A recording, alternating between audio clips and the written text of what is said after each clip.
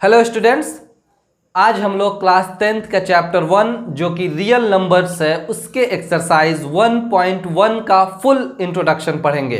हमने earlier classes में भी रियल नंबर्स को बहुत अच्छे से एक्सप्लेन किया है। यानी पिछले साल जब हम क्लास 9th में थे तो जो सबसे पहले हमने नंबर सिस्टम की शुरुआत की थी उसमें रियल नंबर्स था।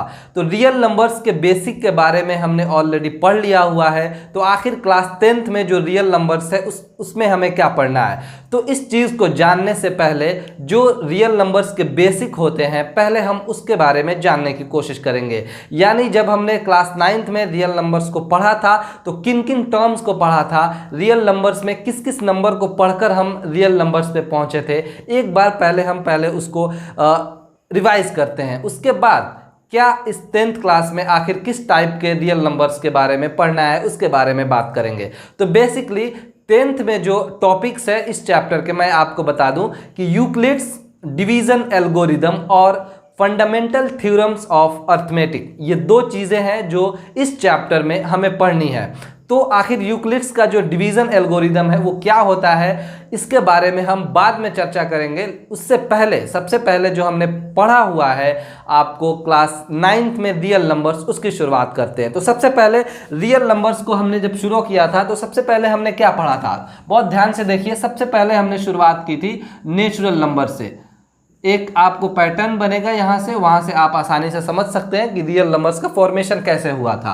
तो नेचुरल नंबर्स हमने पढ़ा था। नेचुरल नंबर्स क्या होते हैं, नेचुरल नंबर्स को सबसे पहले हम किससे डिनोट करते हैं, नेचुरल नंबर को n से डिनोट करते हैं। और नेचुरल नंबर जो होगा वो क्या कहलाएगा, काउंटिंग के नंबर्स को हम क्या बोलते हैं, नेचुरल नंबर बोलते हैं। बहुत ध्यान से देखिए, यानी 1 2 3 4 एंड सो ऑन, ये पॉजिटिव इन्फिनिटी तक जाएगा तो ये नंबर कहलाते हैं नेचुरल नंबर्स। ये बहुत अच्छे से आपको पता है क्योंकि बचपन से हम लोगों ने इसको पढ़ा हुआ है। इसके बाद हमने क्या पढ़ा था, ध्यान से देखिए। हम जानते हैं होल नंबर के बारे में। हमने होल नंबर के बारे में क्या पढ़ा था, सिंपल कि नेचुरल नंबर में जब हम जीरो को ऐड कर देते हैं, नेचुरल नंबर में जब हम जीरो को ऐड कर देते हैं तो वो नंबर क्या कहलाता है, वो नंबर कहलाता है आपको होल नंबर। और होल नंबर को हम W से डिनोट करते हैं, ठीक है। यानी सिंपल जीरो से जब हम इस नंबर को शुरू करेंगे, यानी नेचुरल नंबर में जब जीरो ऐड कर देंगे तो 0 1 2 3 4 एंड सो ऑन, ये जाएगा पॉजिटिव इन्फिनिटी तक, ये कहलाएगा आपको होल नंबर्स। इसके बाद हमने क्या पढ़ा था, इसके बाद हमने पढ़ा था इंटीजर्स के बारे में। इंटीजर्स क्या होते हैं, बहुत ध्यान से देखिए। इंटीजर्स को हम Z से डिनोट करते हैं। और इंटीजर्स जब होल नंबर चूंकि जीरो से शुरू होता है तो जीरो से पहले भी बहुत सारे नंबर्स होते हैं जो निगेटिव नंबर्स होते हैं। तो जब उनका कॉम्बिनेशन होल नंबर के साथ मिल जाता है तो वो जो नंबर कहलाते हैं वो कहलाते हैं इंटीजर्स। यानी हम क्या बोल रहे हैं कि 0 1 2 3 4 ये तो आपको होल नंबर्स हैं। इसके पहले -1 -2 -3 एंड सो ऑन, ये निगेटिव इन्फिनिटी तक इधर जाएगा और पॉजिटिव इन्फिनिटी तक इधर जाएगा। तो ये क्या कहलाएगा, इंटीजर्स। हमने इसके टाइप्स को भी जाना था। जो आपको जीरो के उस साइड होता है यानी पॉजिटिव साइड की तरफ, ये कहलाता है आपको पॉजिटिव इंटीजर, ठीक है, ये कहलाता है पॉजिटिव इंटीजर। और जो जीरो के इस साइड यानी निगेटिव साइड की तरफ जो भी नंबर है इसे हम लोग क्या बोलेंगे, निगेटिव इंटीजर्स, ठीक है। और जीरो को आपको पता है, जीरो को हमने क्या बोला था, इसको बोला था जीरो इंटीजर, ठीक है। चलिए इसके बाद आप याद करिए, इसके बाद हम क्या जानेंगे, इसके बाद हमने जाना था रेशनल नंबर के बारे में। व्हाट इज रेशनल नंबर, बहुत ध्यान से देखिए। रेशनल नंबर्स ये छोटी छोटी टर्म्स हैं जो आपको बहुत ज़रूरी है जानना। रेशनल नंबर्स को हम Q से डिनोट करते हैं और ये जो नंबर होता है जिसे हम P/Q के फॉर्म में लिख सकते हैं वो क्या कहलाएगा, रेशनल नंबर कहलाएगा। यानी इसे हम P/Q के फॉर्म में लिख सकते हैं वेयर, इसमें कुछ कंडीशंस भी बताई गई थी आपको, वेयर Q जो होने चाहिए वो जीरो नहीं होने चाहिए और जो P एंड Q होगा वो क्या होगा, वो आपको इंटीजर्स होगा, ठीक है। चलिए तो ये आप देख सकते हैं रेशनल नंबर। इसके एग्जाम्पल भी ले सकते हैं हम, मान लीजिए 1/2 5/6 या -5/6 और सिंपल 0 2/3, ये सब भी क्या है, ये सब भी आपको रेशनल नंबर्स हैं। इसके बाद जो P/Q के फॉर्म में नहीं लिखा जा सकता है उसे हम लोग बोलेंगे इरेशनल नंबर। क्या बोलेंगे, इरेशनल नंबर, यानी वो नंबर्स जिसे हम p/q के फॉर्म में नहीं लिख पाते वो क्या कहलाते हैं, इरेशनल नंबर्स कहलाते हैं। ठीक है, इरेशनल नंबर्स बहुत ध्यान से देखिए, √3, √5, √6, पाई, ये सब जो नंबर्स हैं ये क्या है, ये आपको p/q के फॉर्म में नहीं होते हैं, जिसे हम लोग बोलते हैं इरेशनल नंबर। तो हमने नेचुरल नंबर जान लिया, होल नंबर जान लिया, इंटीजर जान लिया, और उसके जो टाइप्स है उसको भी देख लिया, रेशनल नंबर, इरेशनल नंबर, सभी को देख लिया। तो ये जब इन सभी नंबर्स को जब हम एक बैग में रखते हैं, एक कॉम्बिनेशन बनाते हैं, तो वो जो नंबर बनता है वही आपको कहलाता है रियल नंबर्स। क्या कहलाता है, रियल नंबर्स। ठीक है, आई होप अब समझ में आ गया होगा कि जो रियल नंबर का बेसिक होता है वो क्या होता है। इन्हीं नंबर्स के साथ मिलकर क्या बनता है, रियल नंबर्स बनता है। ठीक, तो इसको तो हमने जान लिया। तो ये हमने क्लास 9th में पढ़ा था, हमने इसके रिप्रेजेंटेशन भी पढ़ा था कि इन नंबर्स को नंबर लाइन पे कैसे रिप्रेजेंट करते हैं। लेकिन क्लास 10th में जो रियल नंबर्स हैं वो कुछ अलग हैं, उसमें कुछ हमें थ्योरम्स पढ़ने हैं, कुछ अर्थ में जो आपको मैंने बोला कि फंडामेंटल अर्थमेटिक जो है कुछ थ्योरम्स है उसके बारे में जानने हैं। तो सबसे पहला जो हमारा टॉपिक होने वाला है इस क्लास 10th के रियल नंबर में वो होने वाला है यूक्लिड का डिवीजन एल्गोरिदम, यानी यूक्लिड्स डिवीजन एल्गोरिदम। ठीक, इसके बाद जो नेक्स्ट हमारा एक्सरसाइज होगा उसमें हम लोग पढ़ने वाले हैं फंडामेंटल थ्योरम ऑफ अर्थमेटिक्स। ठीक है, तो पहले शुरुआत करते हैं हम यूक्लिड्स डिवीजन एल्गोरिदम का। तो आइए अब फाइनली हमारा जो टॉपिक शुरू हो रहा है वो क्लास 10th के रियल नंबर से शुरू हो रहा है। सबसे पहला जो टॉपिक है यूक्लिड्स डिवीजन एल्गोरिदम। तो सबसे पहले हमने जो आपको जो टॉपिक दिया है उससे कुछ मीनिंग फाइंड आउट करते हैं। तो देखिए, यूक्लिड आप भली भांति जानते हैं कि यूक्लिड जो एक मैथमेटिशियन है उनका नाम है, यानी एक ये क्या है, ये आपको मैथमेटिशियन का नाम है। डिवीजन का मतलब आपको पता है, डिवीजन आप जैसे ही डिवीजन का नाम सुनेंगे जो भी डिवीजन का प्रोसेस है वो आपको समझ में आ जाएगा। एल्गोरिदम की बात करते हैं, तो इस एल्गोरिदम की बात करने से पहले हम एक और टॉपिक पढ़ने वाले हैं, यूक्लिड्स डिवीजन लेमा।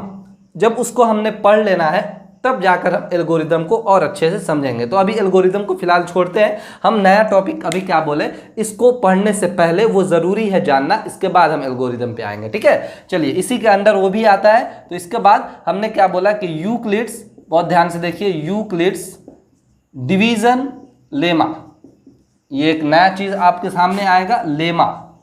ये बेसिकली लेमा क्या है उसके बारे में पहले जानते हैं, फिर मतलब वही होगा यूक्लिड्स डिवीजन, ये तो दोनों सेम है। ये लेमा और एल्गोरिदम समझेंगे हम, लेकिन उससे पहले सबसे पहले लेमा के बारे में जानते हैं। लेमा बेसिकली थ्योरम का एक दूसरा नाम है, कह सकते हैं कि ये एक थ्योरम ही है जिसे हम दूसरे शब्दों में लेमा कहते हैं। ठीक है, तो लेमा के बारे में जानते हैं। ये एक प्रूवन स्टेटमेंट होता है। लेमा क्या होता है, ये एक प्रूवन स्टेटमेंट होता है जिसके हेल्प से हम कोई दूसरा स्टेटमेंट जो है उसे प्रूफ करते हैं। क्या बोल रहे हैं हम, इसको लिख सकते हैं। लेमा जो है वो क्या है, लेमा जो है बहुत ध्यान से देखिए, lemma is a proven statement used in proving the other statement or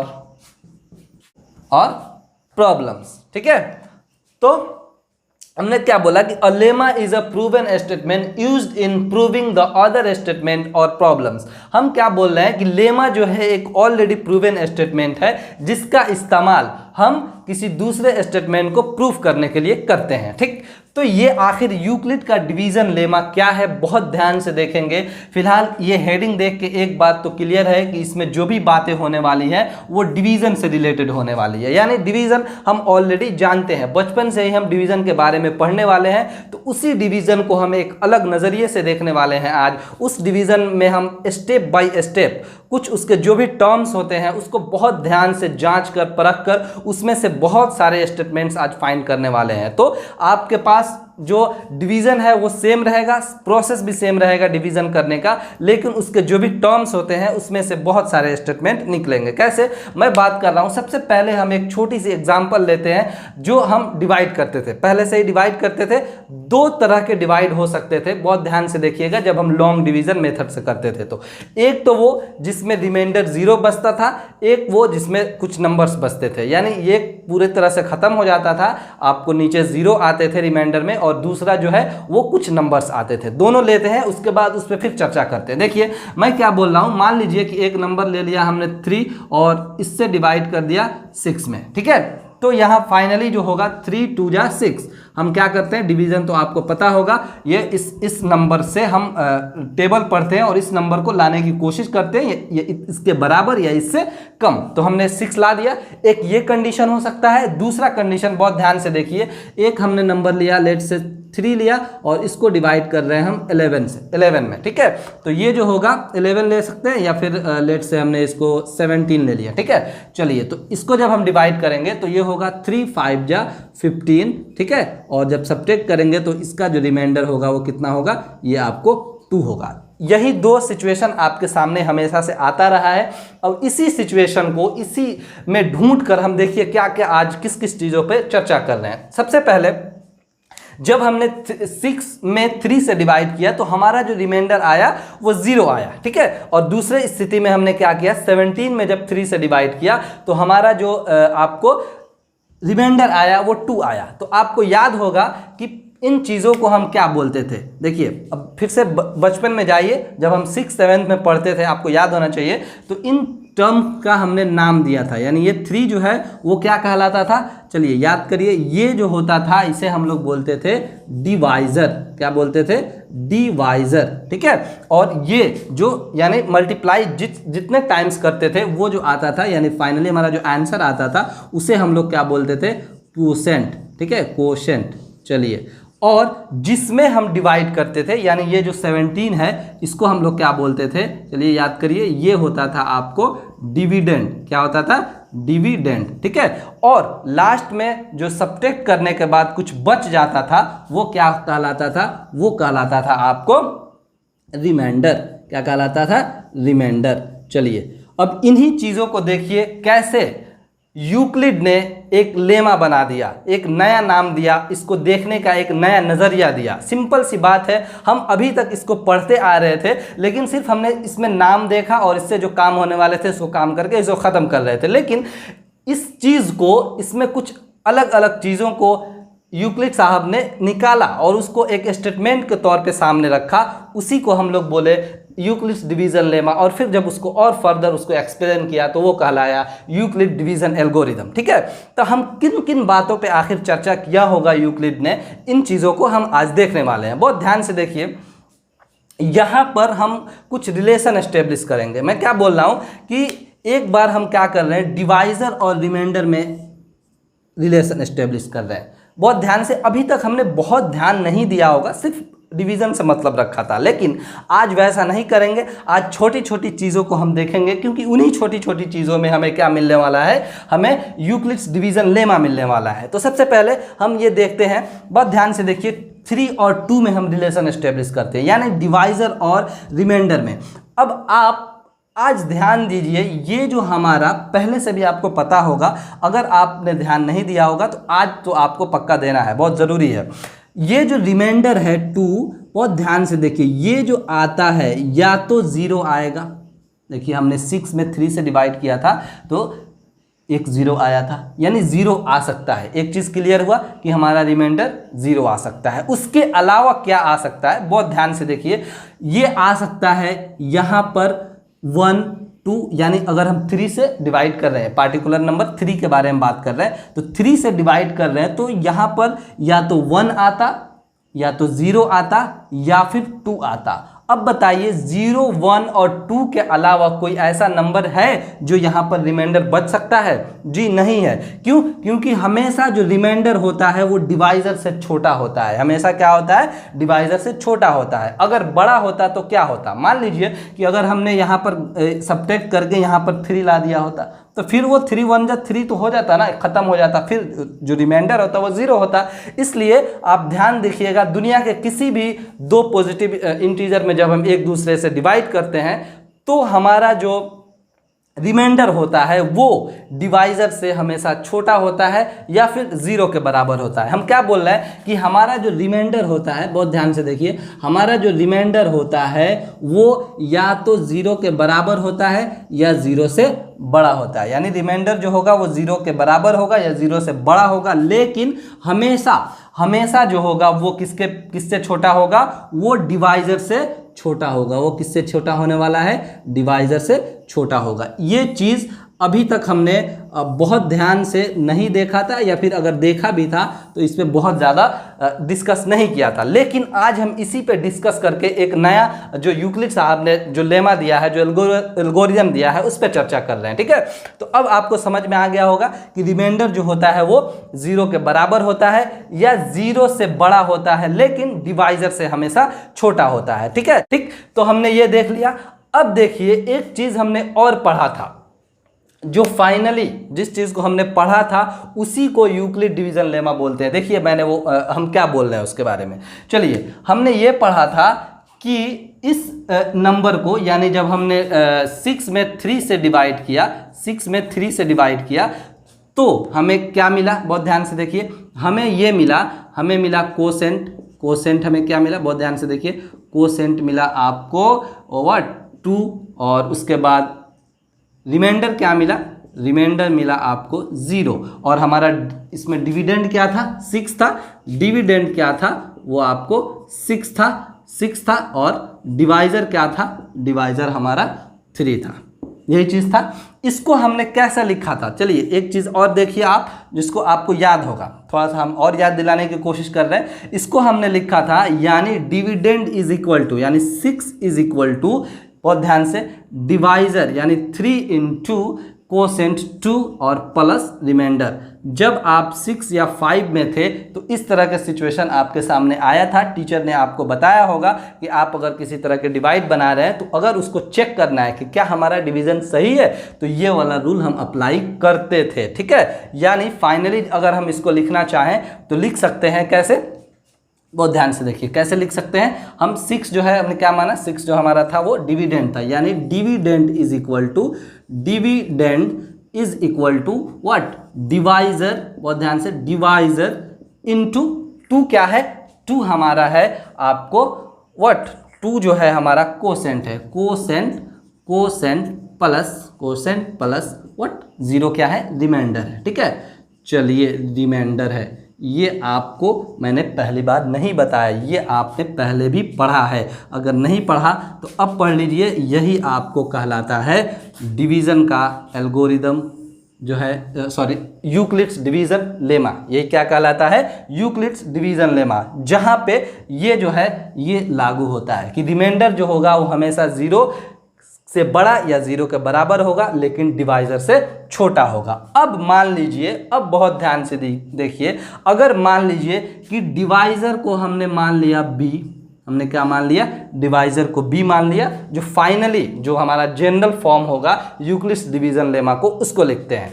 मान लिया हमने डिवाइजर को b मान लिया और डिविडेंड को हमने a मान लिया, डिविडेंड को, कोसेंट को हमने q मान लिया, कोसेंट को क्या मान लिया, q, और रिमाइंडर जो है वो r मान लिया। ठीक है, छोटा वाला r लेते हैं, r मान लिया।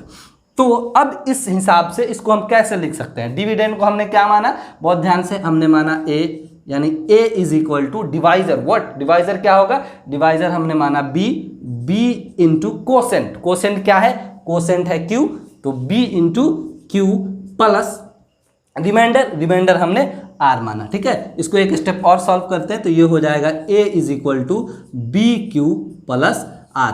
यही स्टेटमेंट जो है आपको किसने दिया, यूक्लिड ने दिया। ठीक, तो हमने क्या बोला था कि इसी को आपको इधर उधर करके, इसी में छोटी छोटी चीज़ों पे ध्यान देके यूक्लिड ने ये स्टेटमेंट दिया था, जहाँ पे सबसे इंपॉर्टेंट चीज़ ये होगा, यानी हमारा जो रिमाइंडर होगा वो या तो 0 होगा या 0 से बड़ा होगा, लेकिन किससे छोटा होगा, किससे छोटा होगा, b से छोटा होगा। क्यों, b जो है वो क्या है, डिवाइजर है, b क्या है, वो आपको डिवाइजर है। ठीक है, तो आई होप अब आपको समझ में आ गया होगा कि ये जो यूक्लिड का डिवीज़न लेमा है वो क्या है। तो इसी लेमा का यूज़ हम आगे करने वाले हैं किसमें, जब हम यूक्लिड का डिवीज़न एल्गोरिदम पढ़ेंगे तो उसमें हम इसका इस्तेमाल करने वाले हैं। ठीक है, तो आप चाहें तो इसको नोट डाउन कर सकते हैं, इनफैक्ट पूरी तरह से इसको नोट डाउन करिए। तो इन एग्जाम्पल्स के हेल्प से अब चाहे तो हम लोग यूक्लिड्स डिवीज़न लेमा का डेफिनेशन लिख सकते हैं। मैंने पहले डेफिनेशन इसलिए नहीं लिखा कि हमको लगा कि पहले आपको एग्जाम्पल्स बताना चाहिए। एग्जाम्पल्स जब आप देख लेंगे, इसको समझ लेंगे, तो डेफिनेशन लिखना जो है बहुत आसान हो जाएगा। मैं क्या बोल रहा हूँ, अब डेफिनेशन आसानी से लिखा जा सकता है कैसे, for any two given positive integers, और ध्यान से देखिए positive integers a and b whole number, unique whole number q and r such that बहुत ध्यान से यही वाला स्टेटमेंट क्या हमने लिखा था, a is equal to B Q plus R where remainder is equal to और greater than 0 and less than what B. ठीक है, हमने क्या बोल दिया, फिर से एक बार स्टेटमेंट पढ़ते हैं। For any two given positive integers A and B, यानी कि अगर दो positive integers A and B दिया रहे, there exist unique whole number, वहां पे दो यूनिक होल नंबर एग्जिस्ट करेगा जिसे क्या बोला जाएगा, क्यू और आर। वो ऐसा होगा इस फॉर्म में, such that A is equal to B Q plus R, where R जो होगा वो 0 या 0 से बड़ा होगा और हमेशा b से छोटा होगा। यही स्टेटमेंट यूक्लिड ने दिया था। तो ये आया कैसे, हमने बहुत अच्छे से इसको एक्सप्लेन किया। पहले ये लाया यहाँ पर, फिर बाद में जो यूक्लिड का डिवीजन लेमा था उसको यहाँ पर लिख दिया। ठीक है, तो अब हम लोग पढ़ने वाले हैं यूक्लिड्स डिवीजन एल्गोरिदम के बारे में। ठीक है, तो पहले आप इसे नोट डाउन करिए, उसके बाद आइए अगले टॉपिक पे। अब हमारा टॉपिक है Euclid's division algorithm. Basically Euclid's division के बारे में हम ऑलरेडी जानते हैं, एल्गोरिदम के बारे में जानते हैं कि एल्गोरिदम क्या है। बहुत ध्यान से देखिए, एल्गोरिदम को हम लिख सकते हैं, बोल सकते हैं। पहले इसके बारे में लिख दे रहे हैं, उसके बाद इसको थोड़ी डिटेल में समझेंगे कि एल्गोरिदम क्या है। एल्गोरिदम जो है और सीरीज ऑफ, बहुत ध्यान से देखिए, और सीरीज और सीक्वेंस दोनों बोल सकते हैं, और सीरीज और sequence of well defined steps. इसका क्या मतलब, हमने बोला अ सीरीज और sequence of well defined steps. इसका मीनिंग क्या है समझने की कोशिश करते हैं। सबसे पहले एक डेली लाइफ प्रॉब्लम लेते हैं, उसके बाद ये चीज़ें आसानी से समझ में आ जाएंगी। जैसे मान लीजिए कि हमें डेली लाइफ प्रॉब्लम, लेट से हमें चाय बनानी है, तो चाय बनाने के लिए हमें किन किन चीज़ों की आवश्यकता होगी। सबसे पहले तो आपके पास गैस होना चाहिए, बर्तन होना चाहिए, दूध होनी चाहिए, और चीनी, चाय पत्ती, इन चीज़ों की ज़रूरत है। तो इनको हम जिस स्टेप से इस्तेमाल करते हैं, यानी पहले गैस जलाएंगे, उसके बाद उस पर बर्तन रखेंगे, दूध रखेंगे, चीनी रखेंगे, और उसके बाद चाय पत्ती रखेंगे, फिर उसको उबालेंगे, तब जाकर हमारा चाय तैयार हुआ। तो ये जो एक स्टेप था, यानी पहले स्टेप हमने जो किया, उसके बाद नेक्स्ट स्टेप, उसके बाद फिर फर्दर नेक्स्ट स्टेप, तो ये जो है वेल डिफाइंड स्टेप्स हैं। ठीक है, अगर इसमें हमने गड़बड़ कर दिया तो हमारा जो चाय है वो क्या हो जाएगा, ठीक नहीं होगा, हमारे उम्मीद के हिसाब से नहीं होगा, हो सकता है चाय के अलावा कुछ और बन जाए। तो वही जो आपका स्टेप्स है वही कहलाएगा क्या, एल्गोरिदम। तो वो चाय बनाने का जो स्टेप्स है वो एल्गोरिदम है। ठीक है, अब चूंकि हम पढ़ रहे हैं यूक्लिड्स डिवीजन एल्गोरिदम, तो ये क्या होता है, तो पहले तो जानते हैं कि इनका इस्तेमाल जो है हमें किन चीज़ों के लिए होता है। तो यूक्लिड्स डिवीजन एल्गोरिदम का जो यूज़ है वो किसी दिए हुए दो पॉजिटिव इंटीजर्स के HCF फाइंड आउट करने का है। HCF, आपको अब HCF पता होना चाहिए। HCF क्या है, HCF highest common factor. HCF बचपन से इसको भी हमने पढ़ा है। HCF का फुल फॉर्म क्या होता है, highest common factor. Highest common factor, ये क्या होता है, HCF का फुल फॉर्म। यानी दो अगर इंटीजर दिया हुआ है तो उन दोनों इंटीजर में जो हाईएस्ट कॉमन फैक्टर होगा वही कहलाता है आपको HCF। तो इसका इस्तेमाल करने के लिए हम कुछ वेल डिफाइंड स्टेप्स का यूज़ करेंगे जो आपको यूक्लिड्स डिवीजन एल्गोरिदम यानी यूक्लिड साहब के द्वारा दिया गया है। तो आप याद करिए कि जब आप HCF सॉल्व करते थे, बनाते थे उसमें, तो क्या करते थे, आपको मैं याद दिला दूं कि उस टाइम हमने दो मेथड का यूज़ किया था। सबसे पहला जो मेथड था वो ये था, आपको बहुत ध्यान से देखिए, वो क्या था, वो था प्राइम फैक्टराइजेशन मेथड। क्या था? Prime factorization method. उसमें दो नंबर्स दिए होते थे, हमें क्या करना होता था, हमें उसका प्राइम फैक्टराइजेशन करना होता था और उसके बाद हम उसमें पेयर ढूंढते थे और फिर उसका HCF निकालते थे। दूसरा जो मेथड था वो हमने पढ़ा था स्टेप डिवीजन मेथड। क्या? Step division method. ठीक है, ये आपको पता होगा, ये डिवाइड के जैसे हुआ करता था। तो देखिए यूक्लिड ने कैसे इसी स्टेप डिवीजन मेथड को अपना एक अलग रूप दिया, यूक्लिड डिवीजन एल्गोरिदम और यूक्लिड डिवीजन लेमा के यूज करके। तो उसे ही बता दिया कि स्टेप डिवीजन मेथड जो है वही कहलाता है आपको यूक्लिड डिवीजन एल्गोरिदम। कैसे? तो सबसे पहले इसके लिए हम एक एग्जांपल लेंगे, समझेंगे कि हमने बचपन में जो स्टेप डिवीजन मेथड बनाया था, उसको सॉल्व किया था, वो कैसा था, और उसी को एक अलग सीक्वेंस ऑफ सीरीज जो होगा वेल डिफाइंड स्टेप्स का, उसके हेल्प से जब हम उसको सॉल्व करेंगे वही कहलाएगा आपको यूक्लिड डिवीजन एल्गोरिदम। ठीक है, तो पहले एक एग्जांपल लेते हैं, सॉल्व करते हैं। मान लीजिए क्वेश्चन दिया रहेगा, हो सकता है बोला कि फाइंड HCF ऑफ, देखिए बच्चे वाले क्वेश्चन है और उसी तरह सॉल्व करना है, उसी को हम 10th में कैसे पढ़ रहे हैं। Find HCF of let's say 15 and let's say 85, यानी 15 और 85 का HCF निकालिए। किस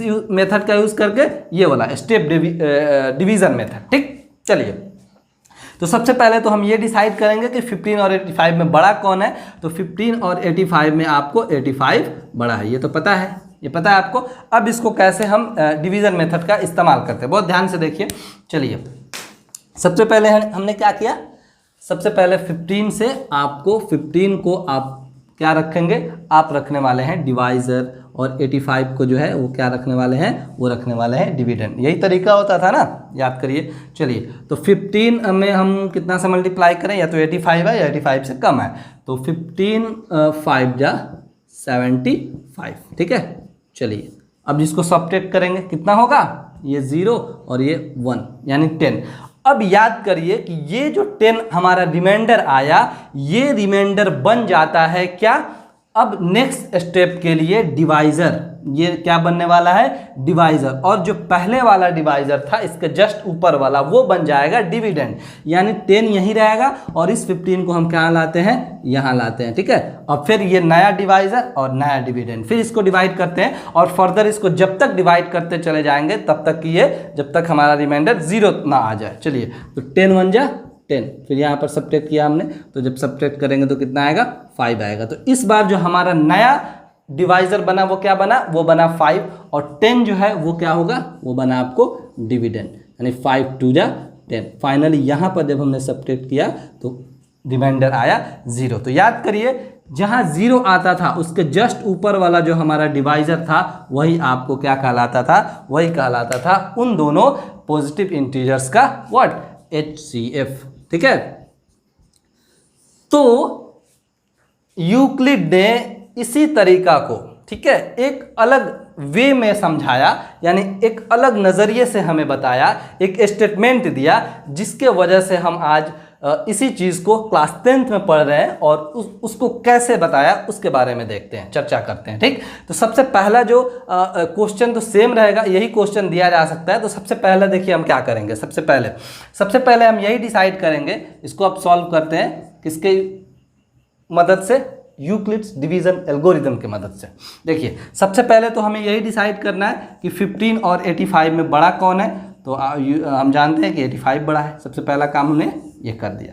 उसके बाद हम क्या जानते हैं, हमारे पास ये स्टेटमेंट है A = BQ + R। ये क्या है, कहाँ से आया ये है यूक्लिड डिवीजन लेमा, जो हम ऑलरेडी पढ़ लिए हैं। वहाँ पर क्या शर्त था कि हमारा R जो होगा या तो 0 के बराबर होगा या 0 से बड़ा होगा, लेकिन हमेशा आप B से छोटा यानी डिवाइजर से छोटा होगा। ये वहाँ पर क्या था, ये आपको कंडीशन था। चलिए, तो अब इस सिचुएशन के लिए देखिए हमारा A क्या है, यानी A क्या था, A था आपको डिविडेंड, यानी 85 को हम लिख सकते हैं, बहुत ध्यान से देखिए, 85 को हम लिख सकते हैं B हमारा क्या होगा, बी इसको मानेंगे, यानी 15 इंटू क्यू हमारा क्या होगा सिचुएशन में, क्यू जो होगा वो 5 होगा, 5 प्लस आर, देखिए आर क्या बचा था, आर 10 बचा था। ये पहली सिचुएशन है, ठीक है। चलिए इसको सॉल्व करके देख सकते हैं, 15 5 जा 75 और 10 85। दूसरे स्थिति में क्या है, दूसरे स्थिति में हमारा जो डिवाइजर है और डिविडेंड है वो बदल चुका है। इस बार डिवाइजर कितना है, 10 है और डिविडेंड 15 है, यानी इस बार हम क्या लिखने वाले हैं, इस बार लिखने वाले हैं, यहाँ पर हम लिख सकते हैं now our divisor is what, इस बार डिवाइजर जो होगा वो क्या होगा, डिवाइजर जो होगा वो होने वाला है कितना, डिवाइजर जो होने वाला है वो कितना होने वाला है 10, देखिए ध्यान से 10, और डिविडेंड जो होगा वो क्या होने वाला है, और ध्यान से देखिए डिविडेंड जो होने वाला है वो 15 होने वाला है, ठीक है। चलिए और कोसेंट क्या होगा, इसको भी लिख लेते हैं, कोसेंट हमारा होने वाला है 1, ठीक। तब इसको कैसे लिखेंगे, इसको लिखने वाले हैं हम लोग 15 इज इक्वल टू डिवाइजर कितना है 10 इंटू कोसेंट कितना है 1 प्लस रिमाइंडर तो लिखा नहीं हमने, रिमाइंडर कितना था, रिमाइंडर था आपको 5, ठीक है, यहाँ पे 5 था तो प्लस 5, ठीक है। 10 1 जा 10 5 15 हो गया। तीसरे सिचुएशन में जब तक यहाँ पर रिमाइंडर 0 नहीं आता तब तक ये काम करते रहना है। मतलब कि क्या हम कर क्या रहे हैं, हम इसी चीज़ को ना इस फॉर्म में लिख रहे हैं, एक अलग स्टेप बना दिया हमने, जो जहाँ एल्गोरिदम जो मीनिंग था उसके हिसाब से हम ये चल रहे हैं, बस दूसरा काम नहीं है। ऐसा भी नहीं है कि हम ये अलग सा रूल लगा रहे हैं, कुछ भी नहीं कर रहे, बस इसी चीज़ को हम यहाँ पर अलग तरीके से सिर्फ रिप्रेजेंट कर रहे हैं, सिंपल सा यही है। चलिए अगेन हम क्या करने वाले हैं, हमारा जो इस बार डिवाइजर होगा वो क्या होगा, बहुत ध्यान से देखो, उसी में देख के आप बता सकते हैं, इसमें डिवाइजर जो होगा वो क्या होगा इस बार 5, ठीक है, डिवाइजर कितना आया 5। उसी तरह डिविडेंड कितना होगा, बहुत ध्यान से देखिए, डिविडेंड 10, ठीक है, और कोसेंट कितना हुआ, कोसेंट 2 और रिमाइंडर 0, ठीक है। अब इसको कैसे लिखेंगे, यानी हम डिविडेंड को लिख सकते हैं 10 is equal to divisor 5 quotient 2 plus 0। तो जैसे ही हमारा रिमाइंडर 0 बना वैसे ही जो हमारा इस टाइम जो हमारा क्या था डिवाइजर था वही कहलाएगा HCF।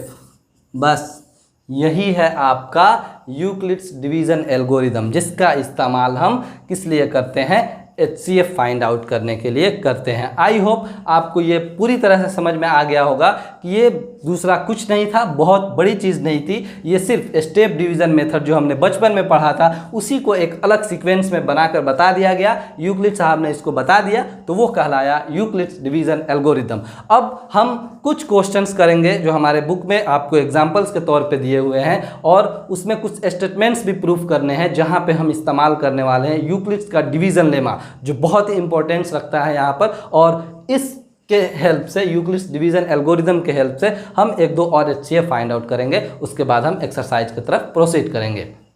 तो सबसे पहला एग्जांपल NCERT के आपके बुक में है, use Euclid's algorithm to find the HCF of 40 52 and 12 5 76। यानी हमें यूक्लिड का एल्गोरिदम का इस्तेमाल करते हुए इन नंबर्स का HCF फाइंड करना है। बहुत आसान है, हमने ऑलरेडी सीख लिया है। देखिए कैसे करेंगे। सबसे पहला जो काम होगा, आप इसको स्टेप डिवीजन मेथड से पहले इसको सॉल्व कर लीजिए, ठीक है, और उसके बाद जो आपके सामने है उस स्टेटमेंट को यहाँ पर सामने लाकर रख दीजिए। बहुत आसान है, तो शुरू करते हैं। सबसे पहले हम क्या कर रहे हैं, सबसे पहले तो डिसाइड करेंगे कि बड़ा कौन है। बड़ा कौन है, 12 5 76, यानी इसमें हम किससे डिवाइड करने वाले हैं, इसको डिवाइड करने वाले हैं 40 52 से, ठीक है। जब इसको सॉल्व करेंगे तो क्या होगा, लेट्स से 3 टाइम्स अगर इसको करते हैं तो 3 2 जा 6, 3 5 जा 15, 3 0 0 1 और 3 4 जा 12। स्टेप डिवीजन मेथड यूज करके फाइनली इस पूरे को सॉल्व कर दिया। अब देखिए इसको सिर्फ हमें क्या करना है, यूक्लिड का डिवीजन लेमा इस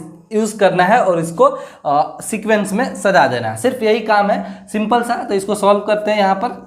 फाइनली सबसे पहले इसमें डिसाइड करेंगे, यानी अकॉर्डिंग टू यूक्लिड जो एल्गोरिदम जो रूल है उसके हिसाब से पहले हमें डिसाइड करना होता है कि बड़ा कौन है। तो 40 लेट्स से 52 ये छोटा है, और बड़ा कौन है 12 5 7 6 12 5 7 6 ये बड़ा है। तो सबसे पहले यानी हमारा जो डिविडेंड होने वाला है वो क्या होने वाला है, वो होने वाला है 12 5 7 6। ठीक है। तो हम क्या कर रहे हैं, सबसे पहले यूक्लिड का डिवीजन लेमा लिख रहे हैं यहाँ पर। तो लिख रहे हैं यूक्लिड्स डिवीजन लेमा, ठीक है। वो क्या है, उसका स्टेटमेंट आपको पता है, हमने ऑलरेडी पढ़ा हुआ है। वो होगा a is equal to B Q plus R, और उसका जो कंडीशन है वो यहाँ पे क्या डालेंगे, वो हमारा यानी रिमाइंडर जो होगा वो 0 या 0 से बड़ा होगा, और हमेशा किससे छोटा होगा, वो छोटा होगा आपको b यानी उसके डिवाइजर से, ठीक है। चलिए तो अब लिख सकते हैं हमारा a जो है वो रहेगा 12 5 7 6, ठीक है। अब इसको हम लोग लिख सकते हैं बी क्यू प्लस आर। बहुत ध्यान से देखिए, b यानी b हमारा 40 52 होगा, ठीक है ना, ये आपको डिवाइजर है। तो b हम लिख सकते हैं 40 52 इंटू क्यू क्या है, देखिए बहुत ध्यान से, क्यू जो है वो 3 होगा प्लस और रिमाइंडर 420। पहला स्टेप हमने कंप्लीट कर दिया, ठीक है। अब जो सेकेंड स्टेप लिखने वाले हैं उसके लिए हम क्या लिखेंगे, क्योंकि हमारा रिमाइंडर 0 नहीं आया, लिखेंगे because R doesn't equal to 0। जब 0 आर जो है 0 के इक्वल नहीं आया, सो अब हमारा नया जो डिवाइजर होगा, डिविडेंड होगा, वो सब बदल जाएगा, नया अलग न्यू डिविडेंड जो होगा वो क्या होने वाला है, बहुत ध्यान से देखिए, नया डिविडेंड हमारा 40 52 क्या होगा, 40 52, ठीक है। और हमारा जो कोसेंट होगा वो क्या होने वाला है, वो होने वाला है 9, ठीक है। कोसेंट हमारा कितना होने वाला है 9, और हमारा जो डिविडेंड तो हमने लिख दिया, हमारा डिवाइजर जो होगा वो क्या होने वाला है, डिवाइजर बहुत ध्यान से देखिए, डिवाइजर हमारा 420 होने वाला है, ठीक है, 420, और कोसेंट सॉरी रिमाइंडर बचा, रिमाइंडर हमारा बहुत ध्यान से देखिए 272, यानी ये अब नया होने वाला है, ठीक। चलिए तो ये आपको, अब इसको हमें कैसे लिखना है, अब इसको हम लिख सकते हैं आसानी से, कैसे, हमारा डिविडेंड होता है यानी 40 52 is equal to 420 plus 420 into quotient कितना है, ये आपको 9 है, प्लस रिमाइंडर 272। अगर चाहें तो आप सिर्फ यही दो चीज़ें लिख सकते हैं, इन दोनों को छोड़ दीजिए, इनको वहाँ से देख के हम लिख देंगे, ठीक है। सिर्फ डिविडेंड और डिवाइजर लेके चलते हैं, ठीक। तो हमने यहाँ पर कर दिया। अभी भी हमारा जो है R 0 नहीं आया, ठीक है, तो इसका फिर लिखेंगे बिकॉज अभी भी R जो है वो 0 नहीं है, तो फिर हमारा नया डिविडेंड कुछ और बनेगा, न्यू डिविडेंड जो होगा वो कुछ और बनेगा, और हमारा जो डिवाइजर है वो कुछ और बनेगा। देखिए बहुत ध्यान से, तो इस बार नया डिविडेंड जो है वो क्या बन रहा है, नया डिविडेंड बनेगा 420, नया डिविडेंड क्या बनेगा 420, और डिवाइजर क्या बनेगा, बहुत ध्यान से देखिए 272, ठीक है। तो यूक्लिड का डिवीजन लेमा इस्तेमाल करते हैं, क्या होता है, इसको लिखेंगे हम 420 is equal to 272 into 1 plus 148, 1 plus 148, 148 क्या है, ये अभी रिमाइंडर है। फिर अभी भी रिमाइंडर 0 नहीं आया, तो जब तक नहीं आएगा तब तक आप इसको एक सीक्वेंस बनाकर लिखते चले जाएंगे, ठीक है। तो फिर लिखेंगे because reminder is doesn't equal to 0, तो हमारा नया वाला जो डिविडेंड बनेगा वो इस बार क्या बनेगा, बहुत ध्यान से देखिए, नया वाला। अब यहाँ अब उस तरफ देखने की कोई ज़रूरत नहीं है, अब आप आसानी से यहाँ से भी देख के आप बता सकते हैं। तो नया डिविडेंड क्या बनेगा 272, और हमारा जो डिवाइजर है वो क्या बनेगा, ये 148, यानी जो रिमाइंडर बन जाता है वही। चलिए अब इसको हम कैसे लिखेंगे, बहुत ध्यान से, यानी हम 272 को लिख सकते हैं 148 इंटू, बहुत ध्यान से देखिए, 148 इंटू 1 प्लस 124, 148 इंटू 1 प्लस 124। देखिए अभी भी हमारा जो रिमाइंडर है वो 0 नहीं आया, वो क्या हुआ, नहीं आया, 148 इंटू 1 प्लस 124। अब 0 नहीं आया, तो देखिए because R doesn't equal to 0, and तो नया वाला हमारा जो डिविडेंड होगा वो क्या होगा, और ध्यान से देखिए, नया वाला डिविडेंड क्या होने वाला है, वो होने वाला है 148, और हमारा जो डिवाइजर होगा नया वाला वो क्या होगा, फिर से लेंगे 124, ठीक है। अब फिर इसको सॉल्व करते हैं, देखिए तो 148 को हम लोग लिख सकते हैं, 148 को लिख सकते हैं, बहुत ध्यान से देखिए, 148 को लिख सकते हैं हम लोग 148 को, यहाँ से देखिए 148 को हम लोग लिख सकते हैं 124 इंटू 1 प्लस 124 इंटू 1 प्लस 24। ठीक है, अभी भी 0 नहीं आया रिमाइंडर, ये जब तक नहीं आएगा आपको सॉल्व करना है। ठीक है, चलिए तो एक स्टेप और यहाँ लेते हैं। Because r doesn't equal to 0, तो हमारा नया वाला जो डिविडेंड है वो कितना होगा, वो होगा 124, और हमारा जो नया वाला डिवाइजर होगा वो कितना होगा, वो होने वाला है व्हाट, 24। ठीक है, अब नीचे जगह नहीं है, ऊपर देखते हैं इसको, आप चाहें तो इसको नोट डाउन कर सकते हैं। चलिए तो अब क्या लिखने वाले हैं हम लोग, इस बार भी 0 नहीं आया, नहीं पहले इसको लिख देते हैं, इसको लिखेंगे 124 is equal to 124 is equal to 24 into 5 plus 4। देखिए 24 इंटू 5 प्लस 4। ठीक है, चलिए अभी भी because what r doesn't equal to 0, then नया वाला जो डिविडेंड होगा वो क्या होगा, नया वाला डिविडेंड ये होगा 24, और हमारा डिवाइजर जो होगा वो क्या होगा, वो होगा आपको व्हाट, 4। ठीक है, चलिए अब देखिए, अब फिर हम लिखते हैं, यानी 24 को अब लिख सकते हैं व्हाट, 24 को लिख सकते हैं कितना, 24 को हम लोग लिख सकते हैं 4 इंटू 6, 4 इंटू 6 प्लस 0।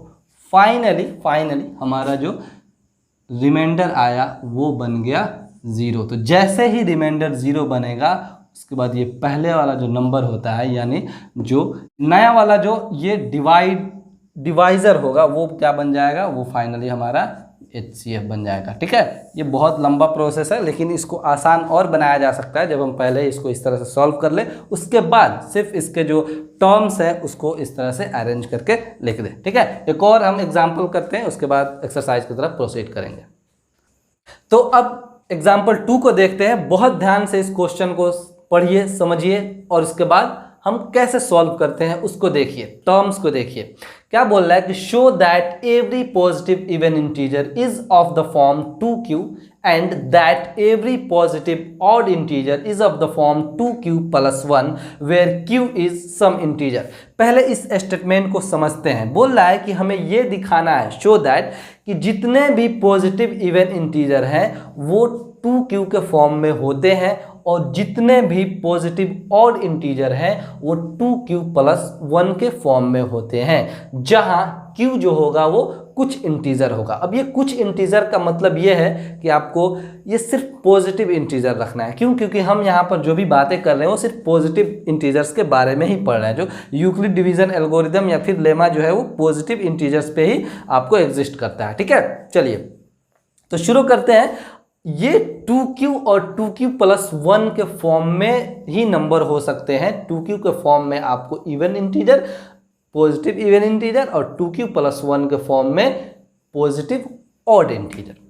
तो कई बार आपको ना इस तरह के क्वेश्चंस को बच्चे रट्टा लगाकर इसको याद कर लेते हैं, लेकिन हम वैसा बिल्कुल नहीं करेंगे। हम पहले इसको बहुत अच्छे से समझने की कोशिश करेंगे, एकदम स्टेप बाय स्टेप, जो स्टेप वाइज जो भी सॉल्यूशन है उसको समझेंगे। बेसिकली इसमें हमें किसका यूज़ करना है, तो इस तरह के स्टेटमेंट में हमें जो यूक्लिड का डिवीज़न लेमा है उसका इस्तेमाल करना है। बेसिकली इस तरह के जो भी क्वेश्चंस होंगे उसमें वही इस्तेमाल होगा, लेमा इस्तेमाल होगा। चलिए तो ये बोल रहा है कि आपका जो नंबर है वो 2q और 2q प्लस 1 के फॉर्म में होगा। ठीक है, तो जैसे ही हम ये देखेंगे कि ये 2q है और 2q प्लस 1 है, यानी q के साथ क्या जुड़ा हुआ है, 2 जुड़ा हुआ है। मान लीजिए कुछ देर के लिए कि हम a में b से डिवाइड कर रहे हैं। ठीक है, a हमारा क्या है, a हमारा है व्हाट, a हमारा है डिविडेंड। ठीक है, और b जो है क्या है, ये है आपको डिवाइजर। ठीक है, तो यूक्लिड के लेमा क्या बोलती है, उसका स्टेटमेंट क्या है कि जब इस तरह के सिचुएशन रहे तो आता है a is equal to BQ plus R। ठीक है, वेयर R जो होगा वो 0 के इक्वल या फिर 0 से बड़ा होगा और किससे छोटा होगा, B से छोटा होगा। ये किसका स्टेटमेंट है, यूक्लिड डिवीजन लेमा, ये स्टेट करता है। ठीक, अब देखिए BQ प्लस R, तो यहाँ पर BQ ना होके 2Q है। बहुत ध्यान से देखिए, BQ ना होके क्या है, 2Q है। तो हम अगर चाहें बहुत ध्यान से कि इस b के जगह पर अगर हम 2 रख दें, यानी हमारा डिवाइजर जो है वो चेंज कर दें, किस पे 2 कर दें, तो जब ये 2 तो ये भी 2, देखिए बहुत ध्यान से, ये भी क्या 2, और यहाँ जो b है यह भी 2। यानी इसका मतलब ये हुआ कि ये जो 2q और 2q प्लस 1 आया है वो कैसे आया, किसी नंबर a को हमने अगर 2 से डिवाइड किया तो हमारा जो यूक्लिड डिवीजन लेमा बोलता है उसके हिसाब से a equal to 2q plus r होगा, जहां r जो होगा यानी रिमाइंडर वो या तो 0 होगा या फिर 2 से छोटा होगा। ठीक है, यहां पर अगर 3 होता, 3q 4q 5q 6q जो भी होता वो आपको डिवाइजर बन जाता। ठीक है, बहुत अच्छे से समझिएगा, बहुत ध्यान से, वो आपको बन जाता। 3 4 5 6 कुछ भी हो सकता था, लेकिन यहाँ 2 है तो हमने a/2 कर दिया। ठीक, तो उस हिसाब से ये बना a equal to 2q plus r। ठीक, और 0 जो होगा वो रिमाइंडर हो सकता है या फिर 0 से बड़ा भी हो सकता है, लेकिन 2 से छोटा हो सकता है। इसका ये मतलब हुआ कि वो नंबर अगर हम a लेते हैं, अगर मानते हैं कि हमारा जो वो नंबर है यानी पॉजिटिव इवन इंटीजर या फिर पॉजिटिव ऑड इंटीजर, वो वाला इंटीजर हम क्या मान लेते हैं, हम मान लेते हैं a। तो हमारा जो a होगा वो क्या क्या हो सकता है, पहले ये देखते हैं कि रिमाइंडर क्या क्या हो सकता है इस सिचुएशन में। तो यहाँ पर क्या है, या तो 0 के बराबर हो सकता है यानी 0 हो सकता है, या फिर 1 हो सकता है, इसके अलावा और कुछ होगा, क्योंकि 2 से तो छोटा है, नहीं होगा। तो अब जो हमारा नंबर बनेगा सबसे पहले केस में, केस 1, ठीक, केस 1 में हमारा जो नंबर होगा वो क्या होने वाला है, 2q प्लस, केस 1 में हमारा रिमाइंडर कितना है, 0 है, तो 2q प्लस 0 यानी a is equal to 2q। हमने क्या कर दिया, इसको प्रूफ कर दिया। ठीक है, a इक्वल टू 2q। अब देखिए दूसरे स्थिति में क्या है, केस 2 में, केस 2 में जो है हमारा रिमाइंडर 1 है। तो अगर हमारा रिमाइंडर 1 है तो a is equal to what, 2q plus r के जगह पे क्या 1, r के जगह पे क्या 1। ठीक है, चलिए अब बोलिएगा कि सर ये कैसे आपको पॉजिटिव हुआ और कैसे ये पॉजिटिव इवन हुआ और कैसे ये पॉजिटिव ऑड हुआ, इसको भी देख लेते हैं। तो ध्यान से देखिए, दुनिया के किसी भी नंबर में अगर हम यानी पॉजिटिव इंटीजर में अगर हम 2 से मल्टीप्लाई करते हैं तो हमेशा हमें आपको क्या मिलता है, इवन इंटीजर मिलता है, यानी पॉजिटिव इवन इंटीजर मिलता है। आप चेक कर सकते हैं। ठीक है, तो जब हम किसी भी नंबर में 2 से मल्टीप्लाई कर दिए तो वो क्या बन गया, पॉजिटिव इंटीजर बन गया। तो जब उसमें हम 2 से मल्टीप्लाई करने के बाद जब एक जोड़ देंगे तो पॉजिटिव में अगर हम 1 ऐड कर देते हैं तो हमारा यानी पॉजिटिव इवन में अगर हम 1 ऐड कर देते हैं तो हमारा नंबर क्या बन जाता है, हमारा नंबर बन जाता है पॉजिटिव ऑड इंटीजर। ठीक है, ये तो हमने ऐसे ही इसको बता दिया। तो इस तरह से तो आप एग्ज़ाम में सॉल्व नहीं कर सकते हैं। इसको हम लोग कैसे सॉल्व करते हैं, अपने नोटबुक में कैसे सॉल्व करेंगे, एग्ज़ाम में कैसे सॉल्व करेंगे, आइए उस पर देखते हैं। ठीक है, तो आपको आई होप ये समझ में आ गया होगा। इस तरह के जब और क्वेश्चंस करेंगे तो और समझ में आएगा। तो देखिए, सबसे पहले हमने क्या माना था, हमने ये माना था कि a जो है वो हमारा रिक्वायरमेंट है, यानी जो नंबर है वो a है, और ये जो क्या था, ये b के जगह पे माना था। तो इन सभी चीज़ों को हम लिखते हैं। ठीक है, ये आपको नोट नहीं करना है, इसको हमने सिर्फ समझाया था कि कैसे कैसे इसको हम सॉल्व कर सकते हैं। जो ये टर्म्स थे उसको हमने बताया था। चलिए अब शुरू करते हैं, इसको सॉल्व कैसे करते हैं उसको देखते हैं। सबसे पहले हम क्या लिख रहे हैं, लेट मान लेंगे कि वो जो पॉजिटिव इंटीजर है वो क्या है, पॉजिटिव इंटीजर क्या है, वो है आपको a। ठीक, अब इवन इंटीजर और ऑड इंटीजर नहीं मानेंगे, सिर्फ इंटीजर मानेंगे। मान लिया let the positive integer be a। ठीक है, and b is equal to 2। हमने क्यों 2 माना, क्वेश्चन में मेंशन किया हुआ है ऑलरेडी, अब आपको आसानी से समझ में आएगा। ठीक है, तो जब हमने ये मान लिया तो according to Euclid's division lemma, Euclid के डिवीज़न लेमा के हिसाब से आपका जो स्टेटमेंट है वो क्या है, बहुत ध्यान से देखिए, ये ना a is equal to B Q plus R. ठीक, वेयर r जो होगा वो या तो 0 होगा या 0 से बड़ा होगा और b से छोटा होगा। अब चूंकि a हमने तो माना हुआ है और b हमारे पास क्या है, 2 है, ठीक है। तो आप चाहें तो नीचे लिख सकते हैं a is equal to 2q, क्यों, क्योंकि b जो है वो 2 माना हुआ हमने, और प्लस r वेयर 0 r जो होगा वो 0 से बड़ा या 0 के इक्वल होगा और किससे, 2 से छोटा होगा। क्यों, क्योंकि चूंकि हमने b माना है 2, ये वाला कंडीशन यहाँ अप्लाई हो गया, ठीक है। चलिए ये कर लिया। अब यहाँ पर क्या हो सकता है, अब इधर यहाँ पर आपको रिमाइंडर जो है वो क्या क्या बच सकता है, रिमाइंडर जो है वो क्या क्या बच सकता है इस कंडीशन के हिसाब से, या तो 0 बच सकता है या फिर 1 बच सकता है, यही हो सकता है। 2 तो होगा नहीं क्योंकि 2 से छोटा है। चलिए तो फर्स्ट स्थिति में यानी फर्स्ट केस में देखिए क्या मिलता है हमें। फर्स्ट केस में चूंकि हमारा रिमाइंडर जो है वो 0 है, हमने 0 माना, ठीक है। तो हमारा a जो होगा वो क्या होगा, 2q प्लस r के जगह पे 0, यानी a जो हुआ वो क्या हो गया, 2q हो गया। यही हमको प्रूफ करना था। इसके पीछे रीज़न भी डाल देंगे, क्यों, क्योंकि चूंकि हम जानते हैं कि 2 में किसी भी पॉजिटिव इंटीजर से अगर हम क्या करते हैं, मल्टीप्लाई करते हैं, तो हमें क्या मिलता है, हमें मिलेगा आपको इवन या फिर पॉजिटिव इवन इंटीजर। क्या मिलता है, पॉजिटिव इवन इंटीजर, ठीक है। ये तो एक हो गया। चलिए अब दूसरे स्थिति में देखते हैं, यानी केस 2। बहुत ध्यान से देखिए, केस 2 में हमारा जो रिमाइंडर है वो क्या बचेगा, 1 बचेगा, यानी r जो होगा वो क्या होगा, 1 होगा। जब 1 होगा तो हमारा a क्या होगा, बहुत ध्यान से देखिए, a जो है 2q है, 2q प्लस r की जगह पे क्या लिखने वाले हैं, 1 लिखने वाले हैं। अब चूंकि हम जानते हैं कि ये आपको 2 में q यानी किसी भी इंटीजर से, पॉजिटिव इंटीजर से हमने मल्टीप्लाई किया तो इवन आया, और उस इवन में अगर हम 1 जोड़ दिए तो इसका ये मतलब है कि आपको ये जो नंबर आएगा वो क्या आएगा, वो आएगा हमेशा व्हाट, पॉजिटिव ऑड इंटीजर। क्या आएगा, पॉजिटिव ऑड इंटीजर। तो हम लिख सकते हैं a is equal to 2q plus 1 represent what, represent positive odd integer, positive odd integer. उसी तरह यहाँ पर हमने ये भी इसको लिख सकते हैं कि a is equal to 2q represent what, even odd integer, even represent positive even integer, ठीक है। आई होप आपको ये पूरा सॉल्यूशन समझ में आया होगा। आप जब खुद से करिएगा या फिर जब एक्सरसाइज पे आएंगे तो उसको और अच्छे से हम समझने की कोशिश करेंगे।